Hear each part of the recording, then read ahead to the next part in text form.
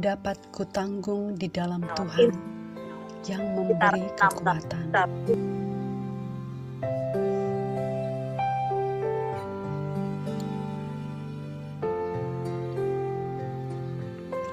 Kekuatan terbesar dalam hidup adalah api semangat yang tak pernah padam.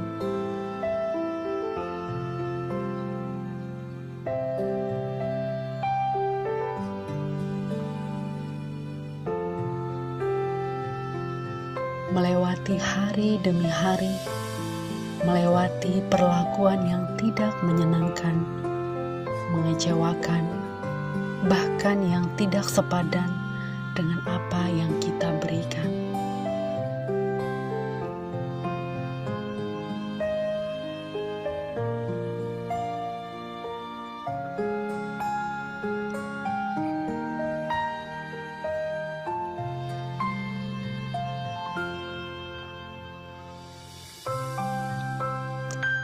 Apakah perlu menyesalinya?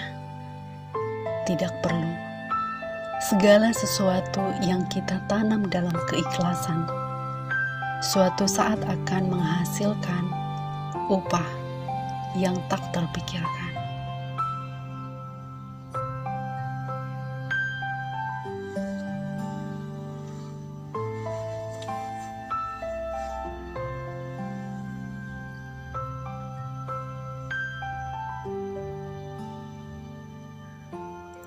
Perlukah selalu menanam kebaikan meski di tempat yang tidak baik? Itu sangat perlu.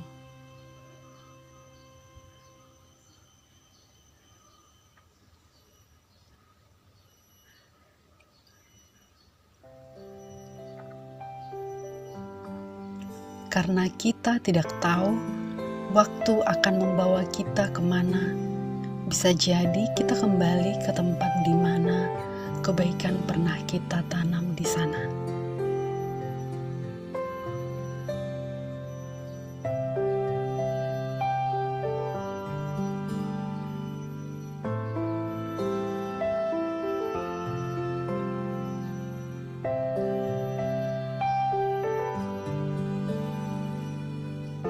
Jangan berhenti berbuat baik meski kepada orang yang tidak layak mendapat kebaikan, karena mereka tidak tahu apa yang mereka perbuat.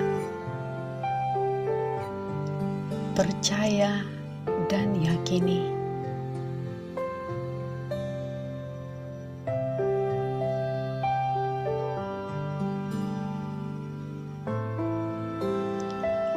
Segala perkara dapat kutanggung di dalam Tuhan yang memberi kekuatan.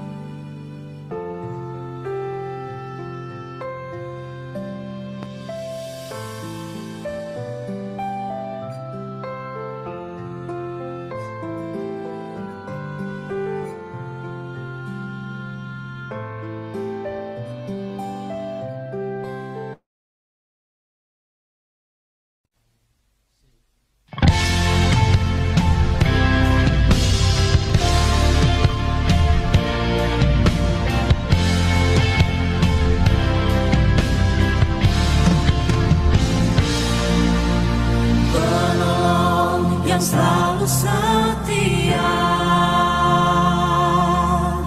memenuhi keperluanku, tak pernah dia mengecewakan. Yesusku tak pernah gagal. Segala perkara dapat ku tanggung di dalam Dia yang memberi kekuatan. Tuhan Yesus penolong dan sahabat, tetap percaya Tuhan setia.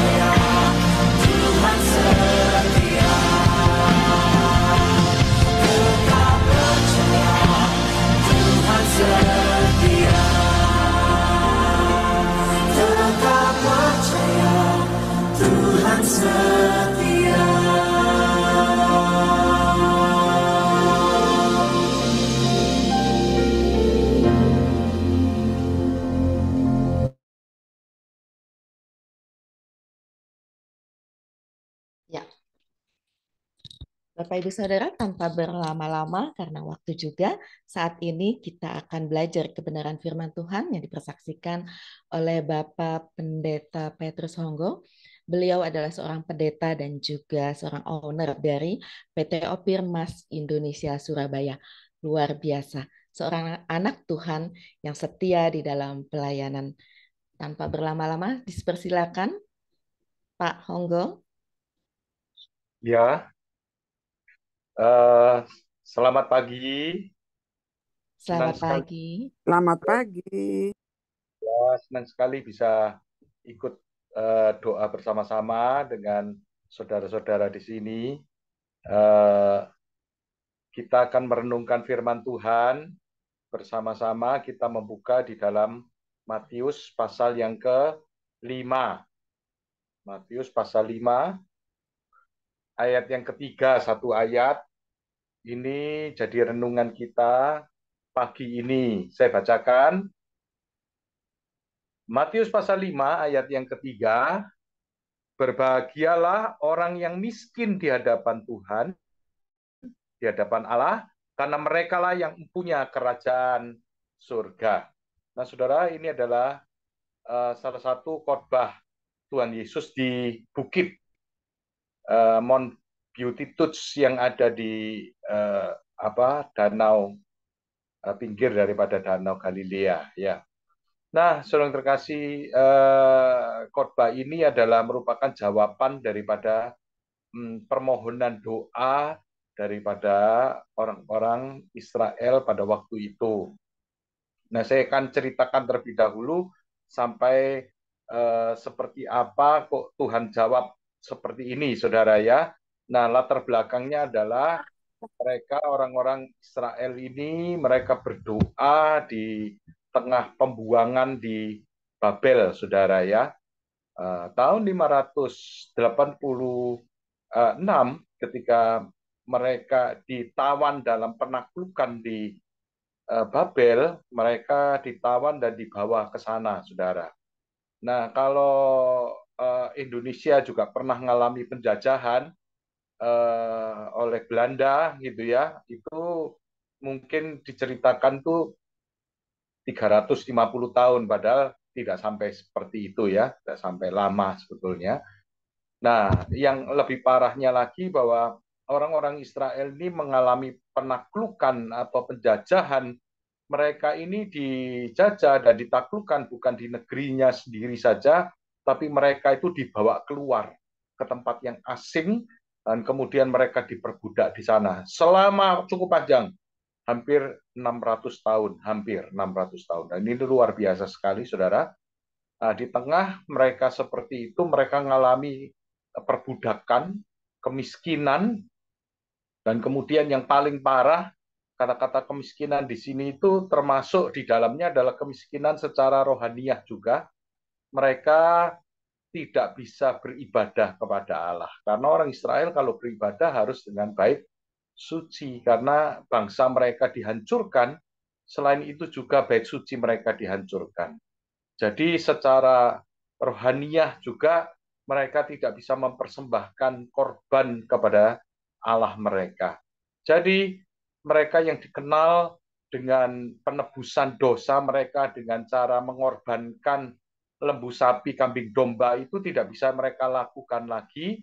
Jadi ketika mereka ada di pembuangan di tanah asing, mereka hidup dalam keadaan, dalam pemikiran mereka itu tidak ada penebusan dosa dalam hidup mereka lagi dan tidak bisa mempersembahkan apa-apa kepada Allah. Dan itu sampai akhir hidup mereka. Mereka tidak bisa bertemu dengan Allah mereka lagi. Lalu kemudian mereka juga hidup dalam keadaan berdosa. Inilah yang disebut sangat miskin, dalam keadaan sangat miskin. Nah, di tengah itulah mereka itu berdoa kepada Tuhan dengan ratapan, dengan penderitaan, dan dalam latar belakang keadaan pemikiran mereka bahwa mereka itu miskin dan mereka akan berkata, Hineni, Yani, Mimaas. Artinya, ini aku Tuhan yang miskin gitu ya. Ini aku Tuhan yang miskin di hadapanmu. Nah, itu mereka ketika itu mereka itu berdoa seperti itu setiap kali mereka melantunkan doa sidur-sidur mereka ketika mereka mau menghadap kepada Tuhan, mencari Tuhan, selalu didahului dengan kata-kata ini aku Tuhan yang miskin di hadapanmu.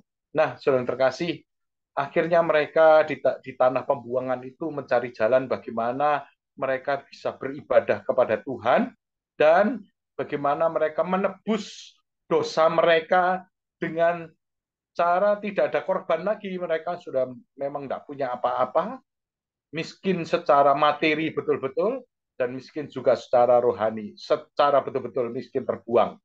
Nah, bagaimana caranya? Dan mereka tuh mulai mencari, saudara, firman untuk menggantikan korban bakaran, korban penebus dosa mereka.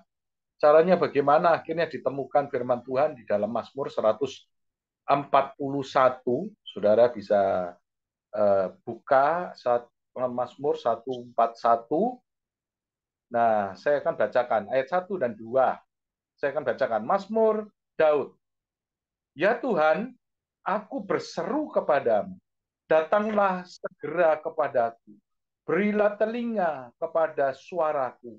Waktu aku berseru kepadamu. Biarlah doaku adalah bagimu seperti persembahan ukupan, dan tanganku yang terangkat seperti persembahan korban pada waktu petang. Jadi untuk menggantikan persembahan ukupan dan persembahan korban itu mereka menaikkan doa, ucapan syukur mereka itu doa yang membawa persembahan ukupan dan angkat tangan memuji Tuhan, angkat tangan berdoa kepada Tuhan itu adalah korban bakaran. Jadi seringkali kita mungkin nggak tahu kalau pujian doa kepada Tuhan itu sesuatu yang harum di hadapan Tuhan. Nah, mungkin pagi ini kita harus lebih sungguh-sungguh ketika kita berdoa kepada Tuhan. Itu seperti pedupaan yang naik ke hadapan Tuhan. Dan mungkin kalau waktu kita di ibadah di gereja, ada orang yang angkat tangan atau kita juga ngangkat tangan, kita mungkin nggak tahu waktu itu, waktu-waktu lalu, bahwa waktu kita ngangkat tangan itu di dalam Mazmur ini adalah korban bakaran untuk dipersembahkan kepada Tuhan sebagai penebus dosa. Saudara yang terkasih, ini suatu hal yang luar biasa ya. Jadi nanti kalau kita ibadah, kita ngangkat tangan, tahulah saudara bahwa itu ada artinya yang luar biasa. Dan mereka selalu melakukan itu sebagai pengganti ibadah mereka yang telah hilang di Yerusalem. Nah, dan selalu didahului dengan kata hineni, hiani, mimaas. Ini aku Tuhan, orang yang miskin di hadapanmu. Dan ketika Yesus datang, keadaan mereka dari abad yang 600 tahun sebelum Tuhan datang sampai kedatangan Tuhan pun keadaan bangsa Israel itu juga masih dijajah. Pada zaman Yesus datang itu Israel dijajah oleh bangsa Roma gitu ya. Nah, disitulah Tuhan Yesus memberikan jawaban dari doa mereka yang sekian abad lamanya ya, 5-6 abad itu mereka berdoa seperti itu, lalu Yesus menjawab, dan jawaban doa itu didahului dengan kata-kata diberkatilah atau berbahagialah orang yang miskin di hadapan Allah, sebab dialah yang mempunyai kerajaan surga. Tadi pendahuluan dari saudara kita yang berdoa ini supaya ada tentang kerajaan Allah gitu ya. Dan Tuhan Yesus memberikan itu luar biasa. Keadaan itu didahului dengan kata berbahagia gitu saudara ya, atau diberkatilah, yang mungkin merasa hatinya dalam keadaan terhimpit, terjepit. Nah, Tuhan berikan kata berbahagia. Dan yang aneh juga jawaban di belakangnya itu bagi orang yang biasanya miskin rohani maupun jasmani, keuangan, materi, biasanya itu membutuhkan jawaban. yaitu soal keuangan, soal kelaparan perutnya. Kalau orang miskin biasanya kelaparan, pasti itu. Ya, biasanya kalau orang lapar itu bahaya, ya bisa berbuat kejahatan macam-macam, saudara. Nah, seluruh keinginan dagingnya itu keluar semua, biasanya itu, saudara ya. Dan keinginannya macam-macam. Biasanya inginnya itu adalah supaya ada uang datang, atau ada menjadi kaya, atau yang sakit, atau yang tertindas, atau yang bangkrut, atau yang rumahnya tangganya berantakan.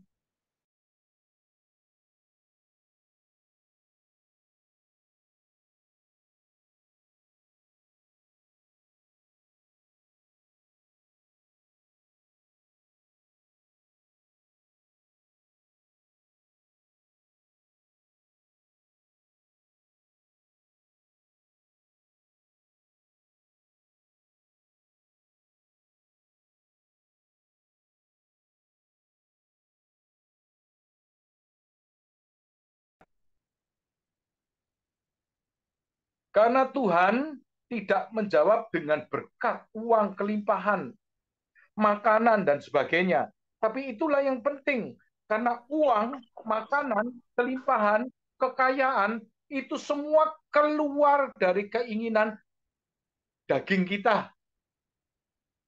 Tapi bagi Tuhan, Tuhan ingin supaya kita menaruh hati dan pikiran kita kepada kerajaan surga terlebih dahulu. Nah, saudara kasih, saya ingin, kenapa Tuhan jawab seperti itu, saya ingin berikan dasarnya. Karena dalam Matius pasal 32 ayat 33, itu dituliskan begini. Semua itu dicari bangsa-bangsa yang tidak mengenal Allah. Ya, jawabannya sama. Semua orang akan berpikir yang sama. Seperti itu katanya. Akan tetapi Bapamu di surga tahu bahwa kamu memerlukan semuanya itu. Memang kita membutuhkan itu. Tapi carilah dahulu kerajaan Allah dan kebenarannya, maka semuanya itu akan ditambahkan kepadamu. Roma 8 ayat 5 sampai 6 dikatakan begini, sebab mereka yang hidup menurut daging memikirkan hal-hal yang dari daging. Mereka yang hidup menurut roh memikirkan hal-hal yang dari roh. Karena keinginan daging adalah maut, tetapi keinginan roh adalah hidup dan damai sejahtera. Jadi Tuhan ingin supaya dalam keadaan seperti terhimpit seperti itu, Tuhan mulai membawa kita untuk tidak berpikir soal dagingnya dulu, sebab itu semua memang akan disediakan Tuhan, tapi marilah kita memikirkan hal-hal yang dari roh. Ketika kita tergencet dalam kemiskinan, ketidakmampuan, dalam masalah, dalam keuangan, dalam kelaparan, dan lain-lain itu, inilah saatnya kita sebetulnya dibawa masuk oleh Tuhan dalam dimensi hidup roh. Itulah sebabnya disebut oleh Tuhan berbahagia. Jadi kenapa kok disebut berbahagia? Karena sebetulnya Tuhan mulai membuka kepada kita dalam keadaan terhimpit itu pintunya mulai dibuka untuk kita masuk dalam kehidupan roh, yaitu kerajaan Allah. Supaya kita tahu juga bahwa kata diberkati, ya, kata diberkati itu dalam bahasa Maduranya itu dekat dengan bahasa aslinya. Madura diberkati itu artinya barokah. Jadi kalau ada depot, warung, barokah, nah, itu bahasa aslinya mirip barakah namanya ya. Nah, saudara, mari kita coba rubah pikiran kita.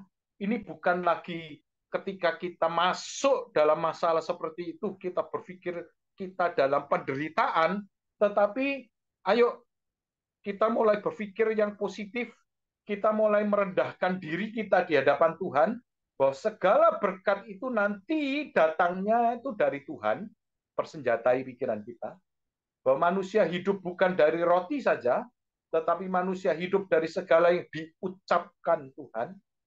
Pikiran kita pada Tuhan Yesus Kristus, jangan khawatir dengan apa yang akan kita makan, minum, pakai, karena kita tahu bahwa cara Tuhan memberkati kita yaitu dengan cara melayani kita.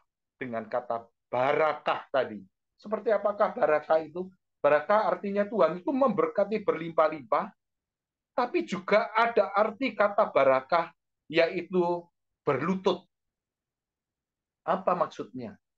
Jadi kalau ketika Tuhan itu, ayo kesampingkan perkara yang itu, artinya itu pasti disediakan oleh Tuhan dengan cara Tuhan itu melayani kita, memberkati dengan cara Tuhan itu melayani kita. Seperti apa itu? Berlutut. Berlutut itu seperti ini. Ketika Tuhan mengadakan perjamuan terakhir, nah Tuhan lalu mengambil kain, lalu mengikatnya di ikat pinggangnya, lalu mulai membasuh kaki murid-muridnya. Dia berlutut, lalu mencuci kaki murid-muridnya. Saudara terkasih, itu merupakan jaminan dari Tuhan bahwa bagaimanakah cara Allah memberkati kita itu sampai dia melayani kita, sampai membersihkan kaki kita, mencuci kaki. Jadi semua itu akan diservis sama Tuhan. Nah, tadi saya senang sekali sampai ada pembacaan di dalam Mazmur pasal 23. Itu luar biasa itu ya. Tuhan itu melayani begitu rupa kehidupan manusia. Sampai pemazmur, Mazmur 23 itu mengatakan begini, Mazmur Daud. Tuhan adalah gembalaku. Memang dalam bahasa Indonesia ditulis takkan kekurangan aku. Tapi dalam bahasa Inggrisnya di King James Version itu luar biasa. The Lord is my shepherd, I shall not want. Aku nggak butuh apa-apa lagi. Kenapa nggak butuh apa-apa lagi? Karena semuanya udah disediakan sama Tuhan. Saudara terkasih, ini yang luar biasa ya. Ada firman Tuhan berkata begini, mintalah, tinggal minta sebetulnya, nggak usah dipusingkan perkara itu, mintalah dalam namaku, maka aku akan melakukannya. Kalau kita minta pada Tuhan, maka Tuhan akan melakukannya untuk kita. Dia kerjakan, dia layani kita, dia servis kita sampai dia cuci kaki kita. Itu Tuhan itu luar biasa memberkati kita. Jadi maksud dan tujuan kenapa kok Tuhan itu membawa kita sampai kelaparan, sampai kesusahan. Kenapa orang-orang ini sampai dibuang ke Babel? Ya ada sesuatu yang mereka lakukan yang salah. Ya, sampai mereka dibuang di situ. Dengan ada satu tujuan. Nah, Saudara, saya tutup dengan satu pembacaan di dalam Ulangan pasal 8. Saya cuplik saja karena itu panjang, tapi kita dengarkan baik-baik ya. Nah, di sini katakan Ulangan pasal 8 ayat 2 dan 3, kemudian ayat 11 sampai 18. Ingatlah seluruh perjalanan yang kau lakukan atas kehendak Allahmu di padang gurun selama 40 tahun ini dengan maksud merendahkan hatimu dan